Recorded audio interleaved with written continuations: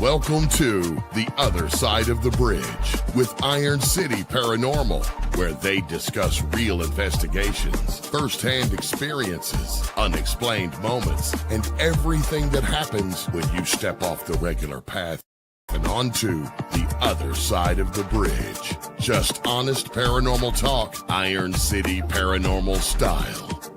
And now, here are your hosts, Derrick Smith and Dan Metelsky. Hey Yins, guys, welcome back to the other side of the bridge. We are Iron City Paranormal, Dan and Derrick. Aaron will hopefully be joining us later in this episode, but we're going to find out.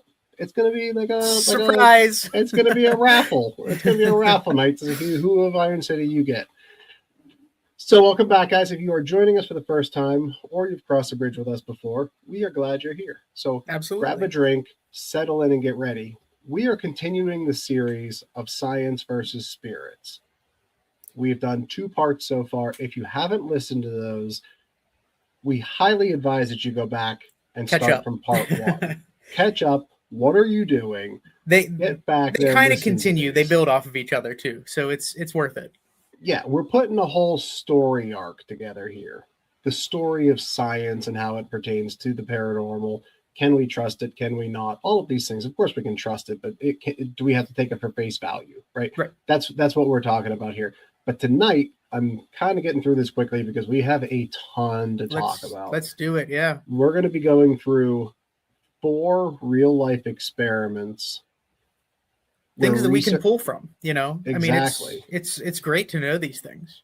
Yeah, we're taking these 4 real life experiments where science and people that study the sciences went out and they tried to set up experiments to prove or disprove the existence of ghosts. And what really fascinates me about some of these experiments, just reading through them and everything, it's not that the science failed, it's that the science actually found things. Derrick, spoiler alert. It's science. Spoiler alert.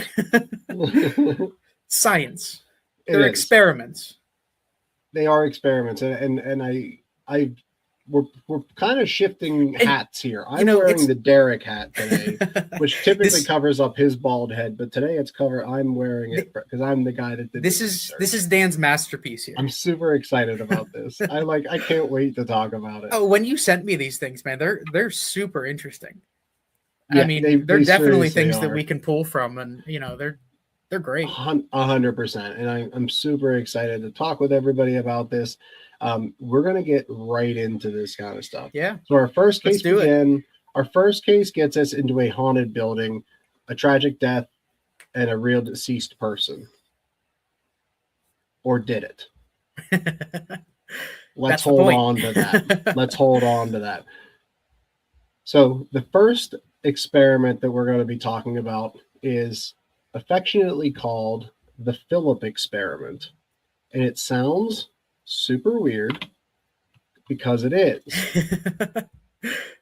So this is from 1972. There was a group associated with the Toronto Society of Psychical Research, and they attempted to determine whether a focused group of believers could produce a paranormal activity.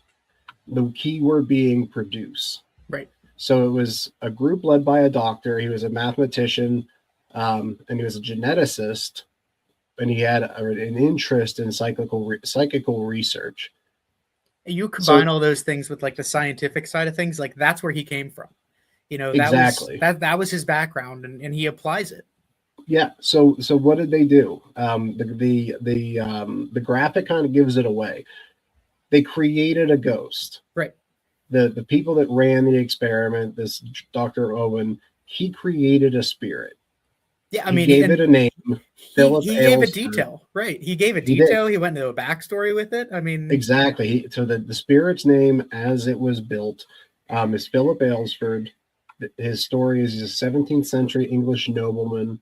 He was a supporter of King Charles II. He married to a cold and distant wife named Dorothea. But he was actually in love with a Romanian woman named Margot. Margot was accused of witchcraft and executed. Philip later died by suicide. That is what he told the people when they got involved in this experiment. So he's not only a scientist, but he has one hell of an imagination. What I'm thinking is that this doctor was married to a woman named Dorothea, and they had a cold and distant marriage. And he actually was in love with a Romanian woman named Margot. There you go. That's my guess. I don't know. Never know.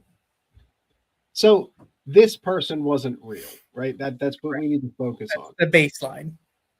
So this experiment involves getting these people that are believers in spirits into a room and just putting them to the task of speaking with this ghost that doesn't exist, but they thought it did, right? Right. And I mean, if you think about it, that's kind of like, what, when we go into these things and we hear stories about, a certain name or a certain person in these places, and we go with that, right? Absolutely. Hands down, completely trusting. This is exactly that scenario. Because who knows? Right. It's that idea of bias, right? Right. This 100%. person created the bias up front and said, "This is who you're going to talk to." This is it. That's right. So they put them in this room, and they sat there, they meditated, they talked to Philip, and they attempted to make contact, but nothing happened for months. This is the experiment. This is very much like ghost hunting. You sit in a room and you talk to things and nothing happens, right? So months later, they decide to change the way they do things. So rather than holding serious, quiet meditation sessions, they create an atmosphere of a traditional séance. The dim lighting, a table, all of that, right? Of the stuff that is, like, I think we talked a little bit about that in the last episode, where there's this seance where somebody said, "Oh, look, the table moved," but it never actually did. Well, that's what look who just joined. Look who's joining the seance. Aaron is here. Oh, look at that. Hey, see how Aaron, that goes? Welcome, Aaron. It's been a while. And you're muted. Oh, and you can't hear us. So we are talking, while you get that figured out, Aaron, we are talking about the Philip experiment.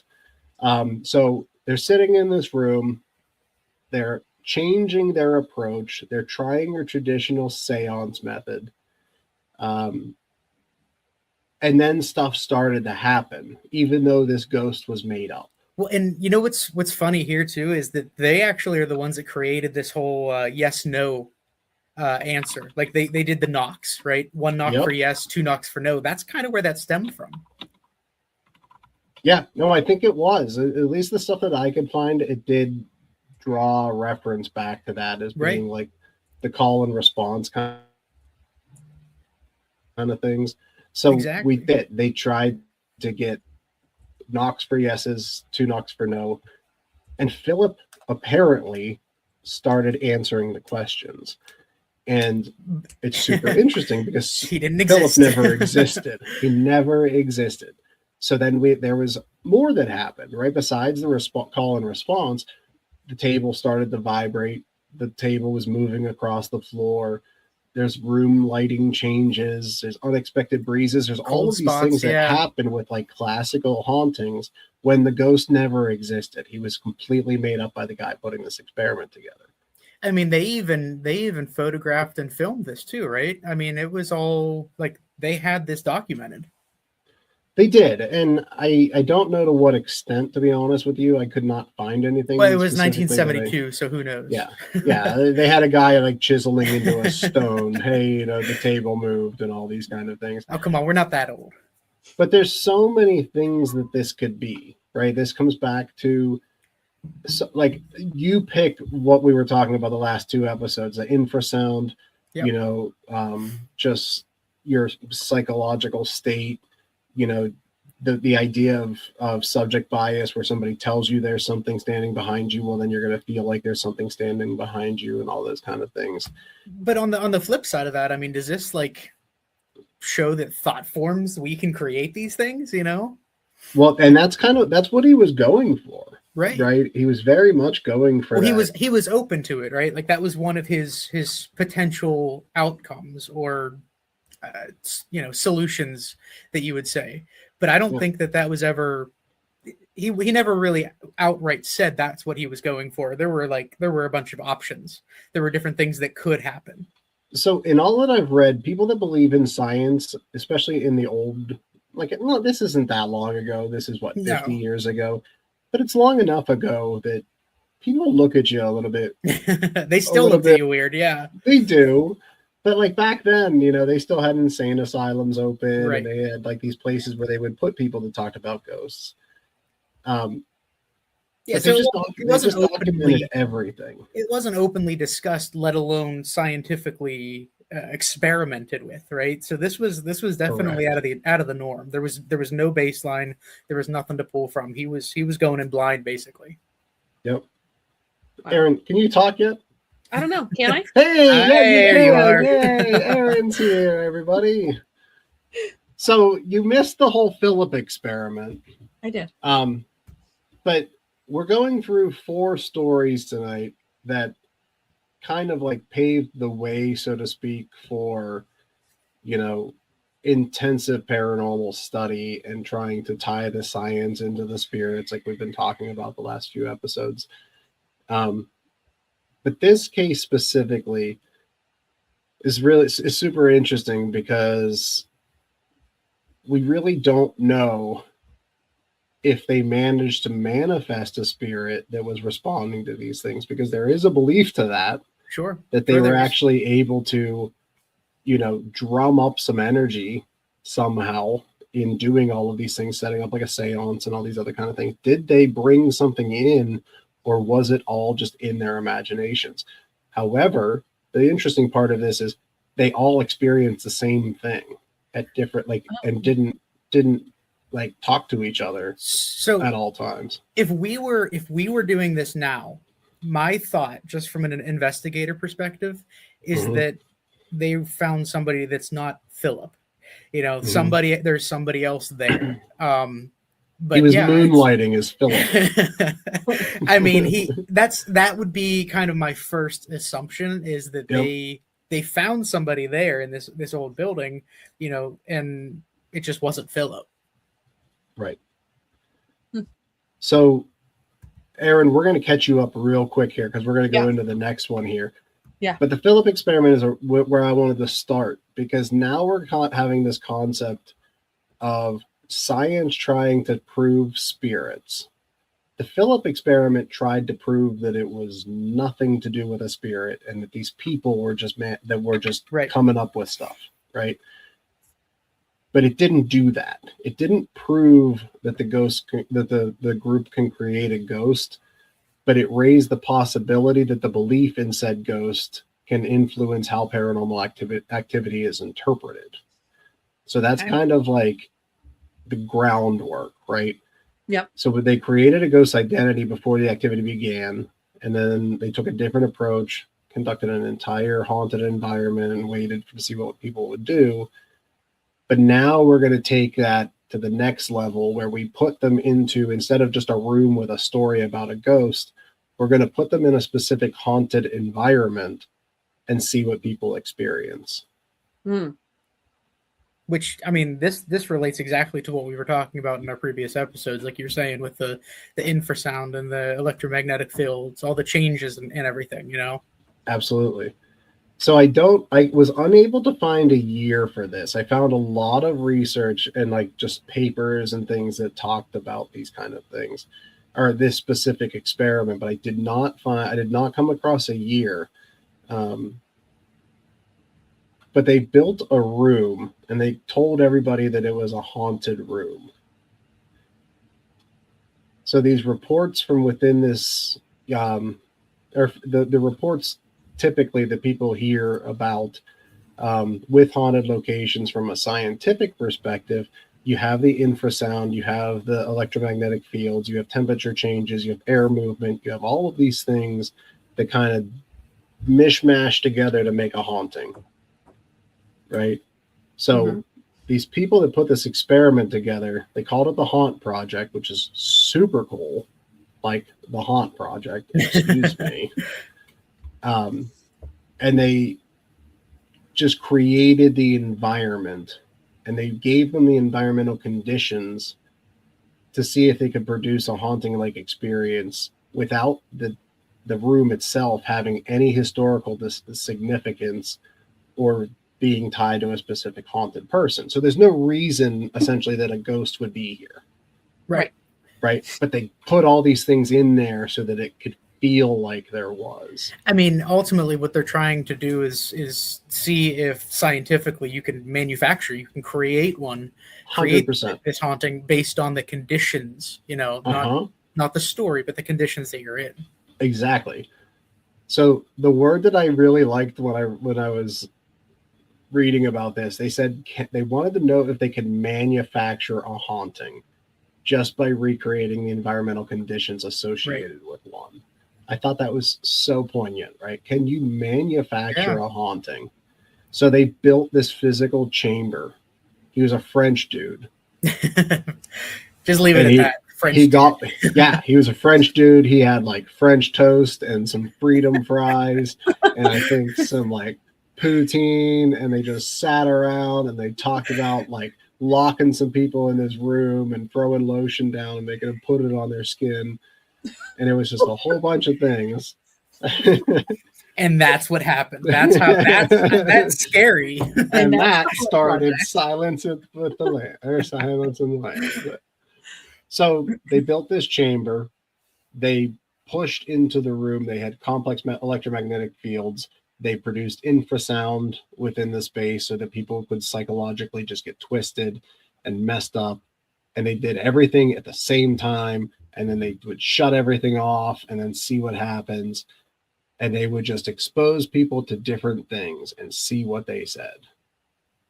So what's that? What's really interesting to me with this experiment, they had 79 people go through this thing. Oh, wow. I mean, that's a lot of people to be able to put through this to see how, just to have between the control and all these people that are experiencing these things. That's a lot of results to deal with, It's so much, but that's data though, right? Absolutely. That's the science. more the better. It's just how many points and how many assumptions can we get together? Not assumptions, but like experiences can we document immediately? Sure. Let's like hit the ground running here. So 79 participants, like you said, they spent 50 minutes inside the chamber with all of these conditions. They turned the infrasound on, they turned the electromagnetic fields on, they would shut one off, they would turn the other one on, they would have them both on at the same time, you name it. They would do all of these things, and then they would ask them, what are you experiencing? 1/4 of the people that were in the room where there was nothing, supposedly, felt like there was something with them in the room. They felt like there was a presence, a spirit, right? So they created a haunted room. Right. And I mean, think about all the things that are associated with that, with all of these different things that they had pumped into this room, the dizziness, the tingling, the vibrations, all of these things. I mean, even fear. Mm-hmm. We experience those things at times, and we're not the ones that say, oh, there's a ghost, but there's a lot of people that'll go into these places that they think is haunted. Mm-hmm. Without knowing much about it. They feel these things, and all of a sudden there's your bias again, mm-hmm. And but it's pretty incredible that 1/4 of these people felt a presence, more so than any of these sensations they were feeling. They actually felt a presence there. Mm-hmm. That's a pretty incredible number, but what that tells you a lot about human perception, right? It does. That's what this significant amount about. That's a lot of what this comes down to. Mm-hmm. But you're also like the first experiment, like the Philip experiment, like where they said, hey, there's a ghost in here. They said it was haunted. Right. I think. I have a question. Yeah. Logistically, how did the people get into this chamber? Like, how did they walk into this place? Did they walk from like a clinical space into this haunted space? Like, how did they delineate that? And how did they introduce people to the space? So I think what they did was they put them into a waiting area, and then somebody went to like Dollar General and they bought a whole bunch of candy, and then they put and they just followed the candy in. And then they put another piece of candy, and then somebody in the group said, "Ooh, piece of candy," and then they went to that one, and then they saw the next one. They said, "Ooh, piece of candy." And I think they just like lemmings into it. That I don't know, Aaron. I'm not sure how you get 79 people to go into a room that is potentially haunted. I mean, and like, what are some of the other environmental things that they like, that's kind of where my brain goes with this is like, it's interesting that they're able to manufacture that, but like, what are some more of the details for like how they set it up, how they, what these people thought that they were engaging in, you know what I mean? Like how the whole thing kind of came about. So I don't really have that answer, unfortunately, and you're exposing my weakness in research. I believe live and learn, man. I think they just asked for participants in an experiment, and I don't think they gave them much other information than that. And there were people that were willing to come join, because there are people that'll do that. I don't know if they paid them. I really don't know. But somehow they managed to get all these people in a room. And they kind of it's kind of like Big Brother. Like, I hate that I just made that reference. I hate that I made that reference. My wife and I have watched it so many times. I hate that show, but it's also addicting. But I think it's a cool premise. Like, you just stick these people into a room and you see what they think. Well, right. I think we can apply this actually to what we do, because, even finding the EMF or the infrasound, it doesn't explain the experience. It doesn't mean spirits caused them, but it reminds us how dangerous it can be to assume, that we've identified this thing just because we've identified a variable. And I think that's where we can actually apply the science to this. Is you need to proceed. You need to pursue these things. You can't just experience it and then say, okay, ghost. Right. No, you're absolutely right. But I mean, there's scientific interpretations of this experiment. There's paranormal perspectives of this experiment, and I don't think that either are wrong. Right. Right.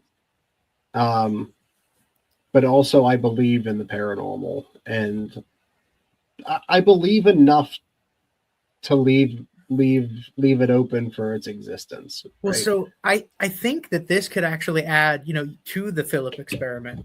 You can kind of combine these things, because, the Philip experiment, you could say that these people created it, or they experienced something different. Whereas these people that went into this haunt project, they went into these things, sitting there for so long, and could they have created it as well? Having all of these things, and they're told that it's haunted. Your bias is already there. They're not there for months like they were with the Philip experiment, building on it. But with the high intensive energies and everything that they were, putting them to, could they have also created something there? I think those two could kind of go together. I think they can. And it's like when we were walking through like a jump scare haunted house. And sure. You're like, especially when you go early in the season and the kids aren't out of high school yet for the fall break. They're not pumped for it yet. They're not pumped, and like the scare actors aren't all there, but you're walking through expecting there to be something that's going to jump out at you. That to me is the anticipation is the scary part. Sure. Right. It's not scary anymore when something jumps out at you. No, because it's over with. But it's always about the build up, and it's the unknown. How many times have we gone into a place that we're not familiar with, which is more often than not all of them. You turn a corner, you're walking in the dark, and you hear something or you feel something. You hear footsteps behind you. Things that we've talked about before that could be related to all these different things. It's there. It's the anticipation. It's the build up to it. It's just the unknown. And absolutely. I think putting all these people through these experiments, that just adds to it, because they don't know what they're getting into either. Well, and Aaron, you weren't on the couple shows ago. We were talking about like shadow figures, and I had made a comment that, and I wanted to wait until you got on in the next episode so that I could ask you this question. I made the comment, I said that I don't remember seeing a shadow figure at a place where somebody didn't tell us there was going to be a shadow figure. Oh, that's interesting. And I wanted to know your interpretation of that. And I'm curious to hear what you have to say about that. I think that's really interesting because I don't know. I've only seen. Maybe you should hold your thoughts, gather your thoughts for after the break. Oh gosh. Okay. Oh yeah. Wow. Good job, Derrick.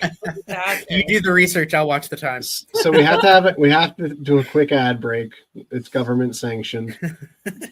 So we talked about experiments where people built the paranormal story, whether it be fake or non-existent at all. When we return, we're going to get into actual underground locations where participants were involved in an experiment.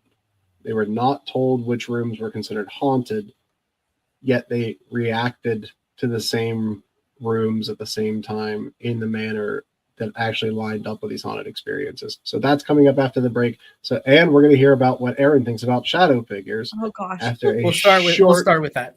We're going to start with the ads and we're going there. See you soon.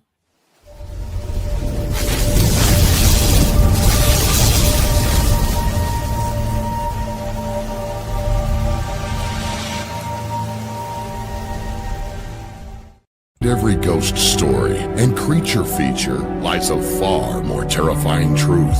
The real monsters wear human faces. In the chilling book, All Monsters Are Human, from Derrick Smith, 10 Twisted Tales expose the darkest parts of a human soul. From killers hiding in plain sight to obsessions turned deadly. Each story invites you to step into a shadow world where morality unravels, and the only thing more terrifying than what lurks in the dark is who. These aren't just horror stories. They're reflections of ourselves, showing what happens when fear, rage, guilt, and desire take control. Visit unxmedia.com for more information on All Monsters Are Human from Derrick Smith. And you can purchase them at Amazon.com from unxmedia.com.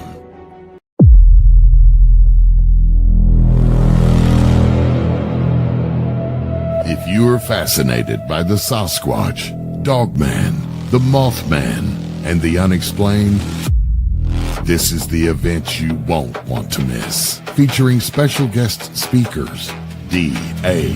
Roberts, Scott Nelson, and Margie Kay, and guiding your experience throughout the day, MC Race Hobbs.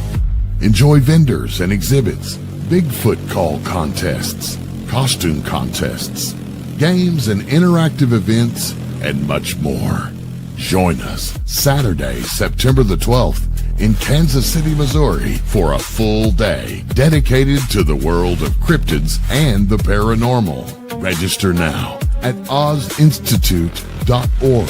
That's ozinstitute.org.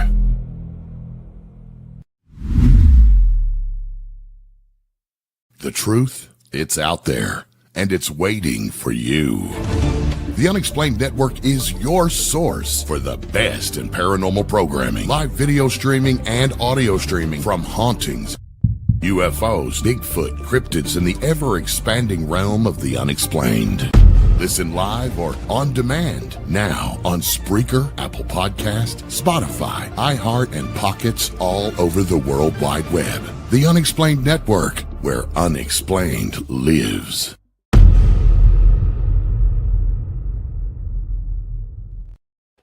Okay, welcome back. Aaron, what do you think about shadow figures? Hi. Jump right in. Yeah, we're jumping right in. I'm so antsy. I feel like I agree that I feel like those are, it's one of the easiest ones for people to say like, oh yeah, there's something like that at this particular place. And it's so easy for people to feel like they're seeing things out of the corner of their eye and be able to attribute it to that. Mm-hmm. I personally have only seen one shadow figure that I can recall, and it was an apartment of mine in Colorado. Like, it's never been at any place that we've been. Right there, you beat the two of us from our conversation, because we couldn't think of any locations that, you know, this happened really without being told there was one. Yeah, and honestly, I don't even know if it was a shadow figure or if it was just that it was dark and what I was seeing. Maybe it wasn't a shadow figure. Maybe it was something else. But like, that's the first thing that pops to my mind is this, you know, this thing that crossed through my apartment out in Colorado. But yeah, I just feel like it's so easy for people to be like, see some movement out of their eye or something and not be able to put their finger on what it is and just attribute it to being a shadow figure. And there comes the pareidolia again, right? You know, you see something out of the corner of your eye, and well, your brain tells you it's a person. Absolutely. It's got the features of a person at least. So yeah, I mean, who knows? But you know, I'm glad that you brought that up though, because you know that's always a good one. But we have captured photos of shadow figures. We have. That's where I'm torn, right? Is how much of it is mental and how much of it is real. Well, how many? I mean, just because that people say that there's something there doesn't mean that that's what we're going to catch. We've experienced that before, where we were told one thing's in this area and it doesn't happen there. But maybe shadow people are everywhere. Maybe shadow people are these ghosts that we're talking to. Who really knows, right? Sure. So maybe that's just what we captured. And when you say it's a haunting, maybe it's just the shadow people manifesting themselves. It's impossible to really say.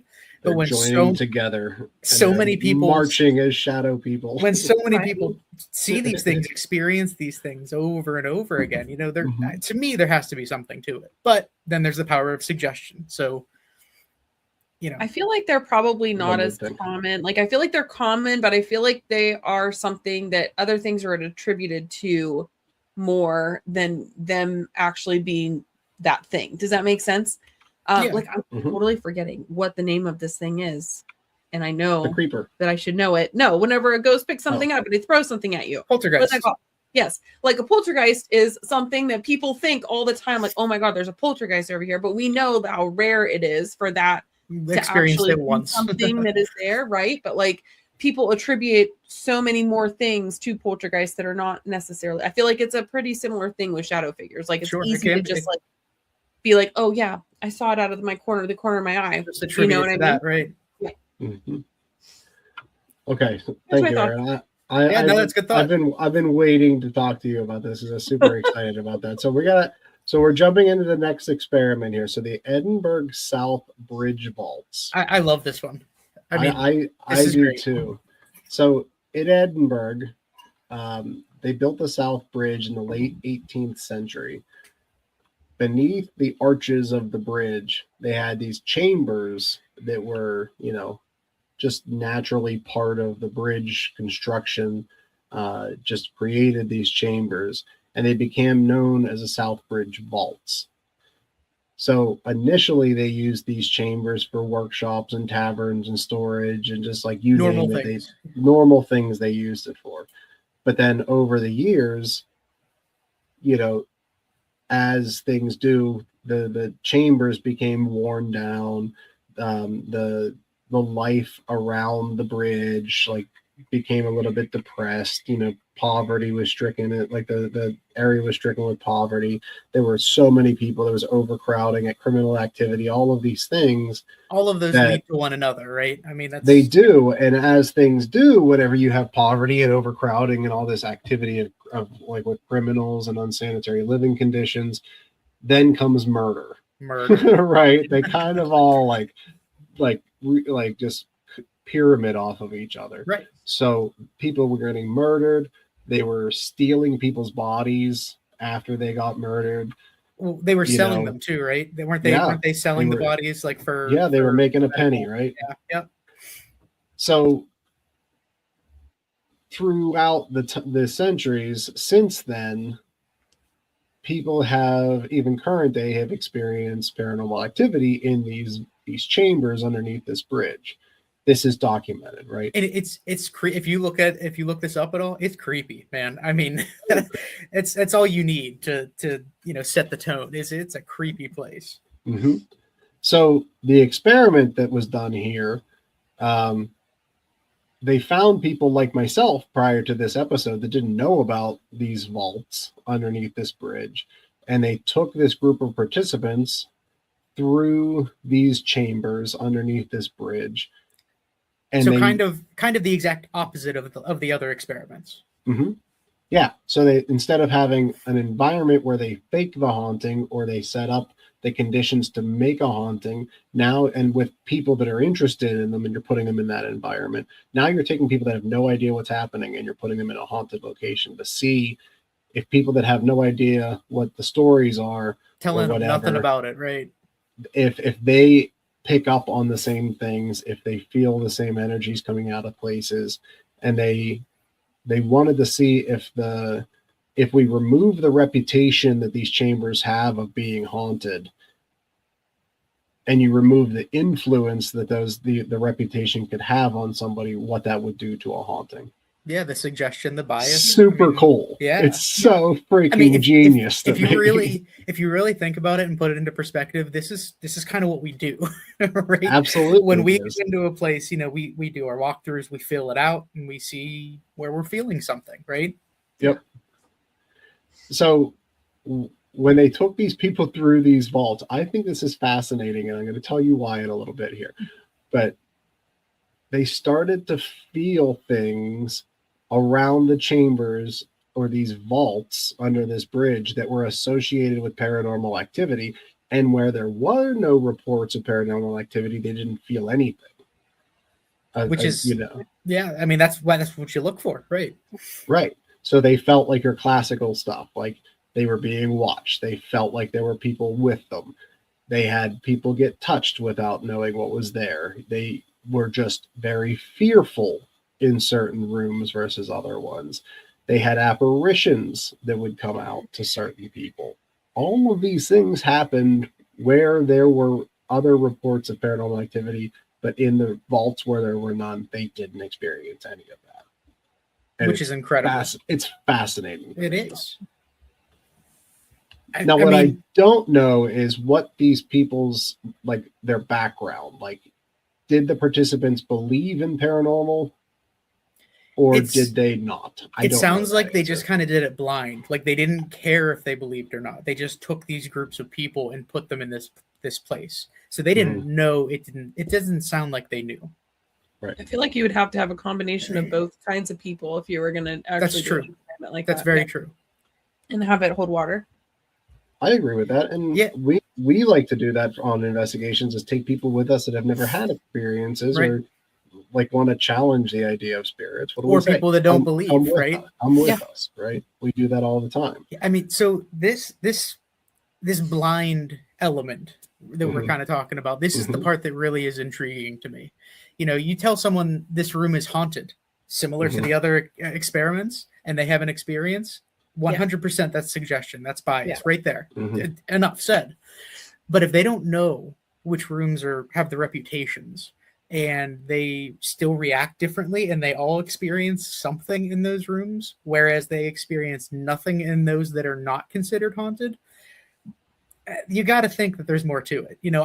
That's where I get intrigued by something like this. My interest peaks here, because then you start thinking, okay, well, what were some of the variables, right? Could there have been airflow? Could it have been acoustics? Could it have been the temperature? Could it have been these things we're talking about? The infrasound. Could there be infrasound? Exactly. Right? Exactly. That's where we're going to go now all the time. Could it have been infrasound? Because we sound so fancy when we say it. You got pinky up.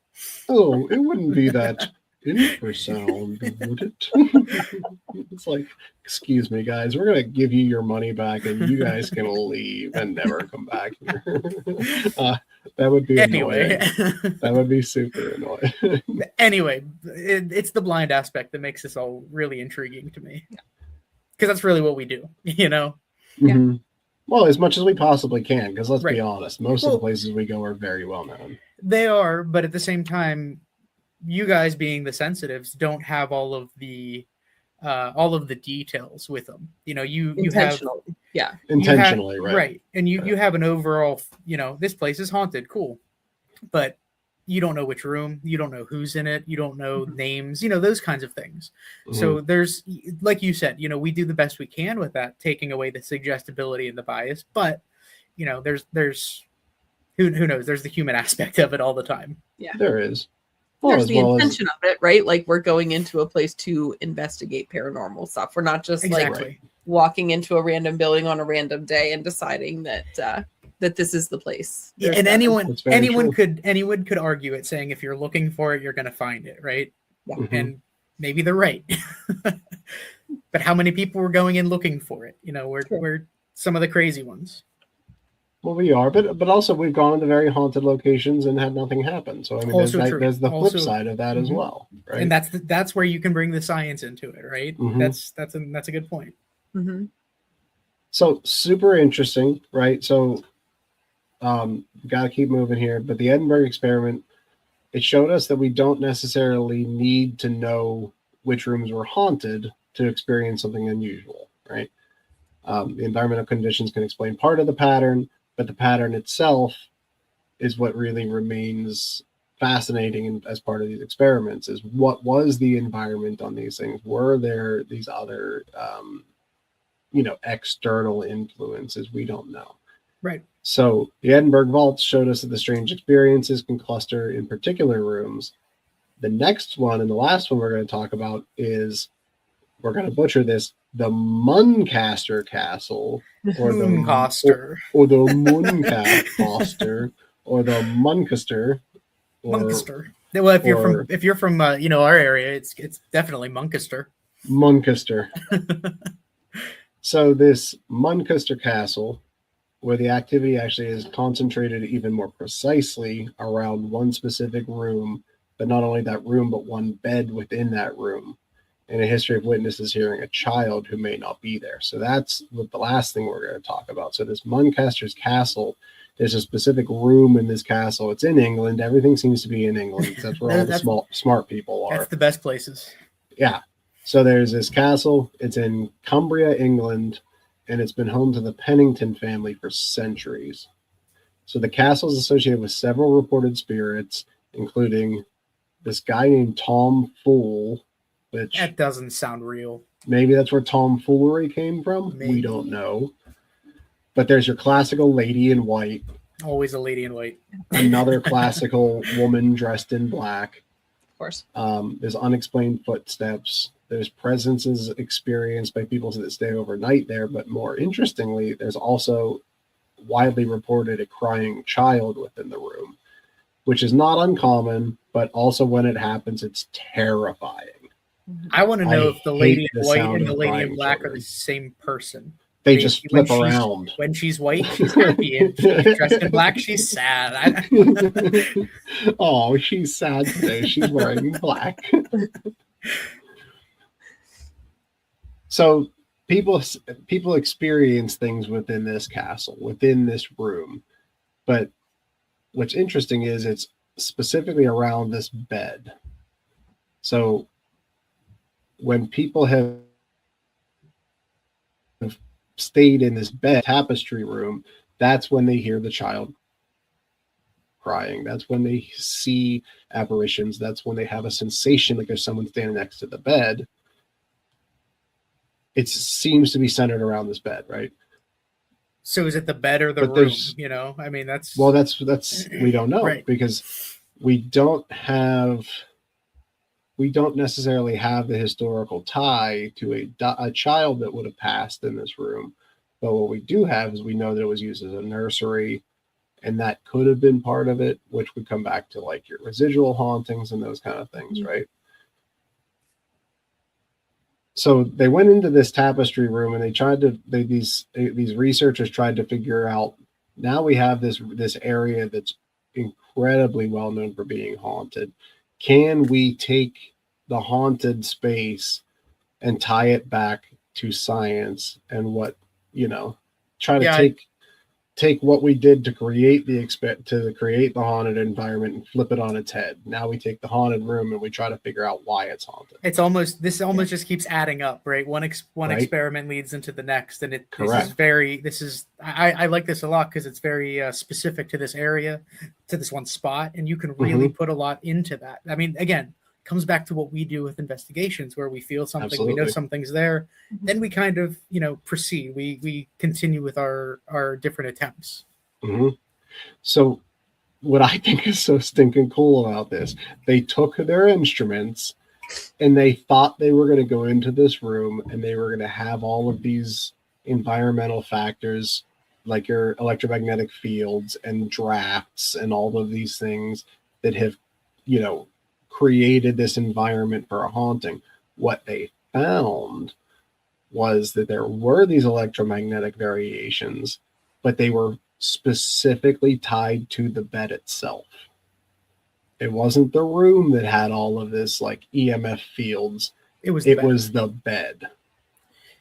And you know, then you can start thinking about like the bed itself, like the metal structure. Yeah. Could that be adding to it? You know, for sure. And that's where the science of the magnetism though comes into play too, right? Absolutely. Huh. But I think it's neat, right? Because now we 100%. Have this haunted space where everybody that's associated with the bed has these experiences, and they get the same type of experiences like they did in the haunted room, or when Philip was not there, which is like your unusual sensations and your disorientation and your perceived perceptions and all these kind of things, right? But what those things can't explain are the sounds. Right. People hearing a child crying, hearing footsteps. They haven't been able to put anything together that explains the child crying, that explains the sound of footsteps, that explains doors moving on their own while you're sitting on the bed. All of these things that they thought they had the answer for, then we forgot about these ones. Right. I mean, that's just really interesting though, because can you attribute the extreme magnetism to messing with people, creating the pareidolia, creating these certain perceptions? Absolutely. But at the same time, is it the magnetism that, you know, this how the spirits communicate, what brings them there, what gives them power and energy, you know? So you could kind of take that both ways without more, you know, research or even knowledge on it, because that's kind of where they left it, right? Last time I was downstairs playing with my daughter's magna tiles, I was putting two tiles together, and then I heard a child cry, and I was like, oh my god, is there a ghost in my playroom? Magnets equals child crying.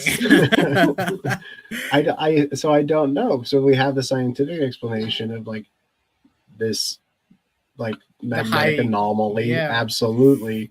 But then the paranormal interpretation of that is very much, we'll ask the question of, does the environment heighten your senses, which makes you more perceptible to what's happening around you, picking up the little sounds. As we know, when you investigate, your body is on high alert, your brain is on high alert. All of these things, you are looking for things around every corner, and we're going to find them. Well, what's interesting with some of this, with like the high magnetism and everything, think about our tools that we use, the K2s, the REM pods, you know, all of these things, the spirit light. Could these things be then reading the environment more than the spirits? Could they be reading like the bed? You know, what exactly are they reading? Could that just be pinpointing the magnetism? And you can again apply that to these tools. So it's a good thought with this. You know, you got the science behind it. Yeah. As much as science can explain at this point, right? And that's very much the takeaway on these kind of things is science gets you so far, right? We've been able to scientifically, or these researchers have been able to scientifically represent a certain percentage of what's happening in that space. They can't account for the other part of it. Maybe say it's 75% of it. They can see the magnetic fields. They can see the EMF. They can hear the infrasound with equipment, all of these things that they've produced, all of these things that naturally occur. They know about those things, but then they can't put the piece together to say, this is why you had that experience. There's a gap, and that gap, that gray area is kind of where we live, right? Where the paranormal exists, because there is no finite explanation to it. You know, all of these things kind of go together though. You know, can we create these? Are we seeing and experiencing these things because of our heightened senses? Does the magnetism help heighten our senses to reach that point? You know, there's always all of the above. Right. Exactly. And that's kind of where I'm at, is 1 + 1 = 2. Sure. Right? You put all of these cogs in the machine and you get an experience. Right. It's almost like a perfect storm. Yes. Right. You're right. Which is why there have been people that say, if ghosts exist, then why aren't they everywhere? Well, maybe it does take a combination of all these things to really bring them out. Yeah. Right. Or somebody that just has really, really strong senses, right? I've listened to people that are psychics and mediums say that ghosts are everywhere. Yeah, and they do experience them everywhere. You're right. I have heard that experience them everywhere. I've just listened to somebody recently. I don't recall who it was. It was somebody on Facebook, I think. It was like this wildly popular psychic. I don't remember her name, but she was saying the grocery stores are actually one of the most active areas that she's ever been to. Interesting. Just because of how many people are in and out. Yeah. But then you have people that can't afford things, so then you have sorrow, you have energy. Interesting. You have like, and then people get excited for Reese's, and that's that. Then just heck yeah. I mean, that's what I did for 38, all going on 39 years of my life. I get excited every time I see Reese's. Right. That's what I'm saying. So you get that side of things too. Exactly. Absolutely. Anyway, we digress. So that was our trip through experiments. I want to know what your thoughts are, both of you, on these specific cases. I know, Aaron, you missed the Philip one. Yeah. That one was kind of the opposite. There was a person that created a ghost by story, never actually existed, and tried to see if people could interact with him. So we have the guy that created a ghost that never existed that people had experiences with. And then we had the room where there were no ghosts, but there were environmental factors. But then the environmental factors didn't always line up with the experiences people were having. Then we have the vaults, right, where they're haunted and people are experiencing them even though they didn't know that they were haunted. And then we have the last one, which is the tapestry room with the bed that's freaking out. So like all of these things, what are your thoughts? Ooh. Well, I mean, it really seems to me like it's a lot. I mean, there's a reason why we don't know, right? Like, exactly. There are so many things that need to connect correctly, and it's such an unknown. Like, I don't know. I think it's fascinating to me that there are people out there willing to take the time to actually try to put science to this and like prove difference. Yeah. Like, I always get fascinated with that whenever you look at some of the science behind crystals and some of the science behind the electromagnetic stuff and like all of that and like how your body reacts, like the sciencey part of that is really interesting to connect. But I love that there are people that are like legitimately trying to prove via science that these things exist. And I'm also super jealous that we're not out there doing it because we have full-time jobs, right? Right. Yeah, there's something to be said about spending one night, a couple hours in a place where we've proven time and time again that the longer you spend in these places, the more activity you get.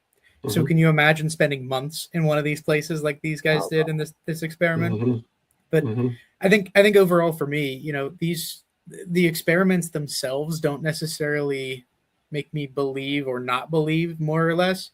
Sure. They make me more interested in, say, the conditions, like we're talking about with the perfect storm of what makes paranormal experiences happen, right? Maybe it's the environment, maybe it's our brains, our expectations, consciousness, how sensitive we are. You combine all these things and maybe it brings something else out, something that we just can't, the science isn't there yet. Yeah. And I think ultimately, especially with what we do, we're not trying to prove that there's a ghost, right? We're trying to understand what's happening. And I think that's, to be honest about whatever it is, whether you can pinpoint it or not, I think that's kind of where we sit, right in that middle, that gray area. Yeah, I agreed. Aaron, any parting thoughts? Some pretty cool experiments to hear. Aren't they neat? They are cool. They're very cool. I was so jazzed cool about this. I think the chamber one was my favorite. That's a really cool.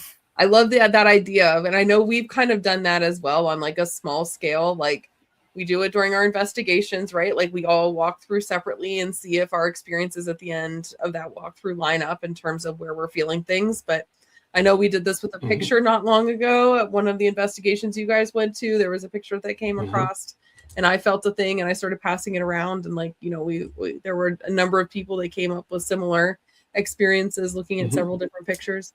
Yeah. But it's just really cool to see that kind of come through Yeah, I find that fascinating.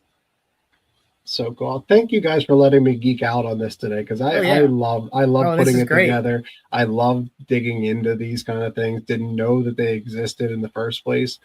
It's one of those, we stand on the shoulder of giants, right? I mean, we have to kind of take this for what it is, but then also learn from it. And like, now I'm going to have a new perception the next time when we go on our next investigation in a week. I'm going to have this in the back of my head, right?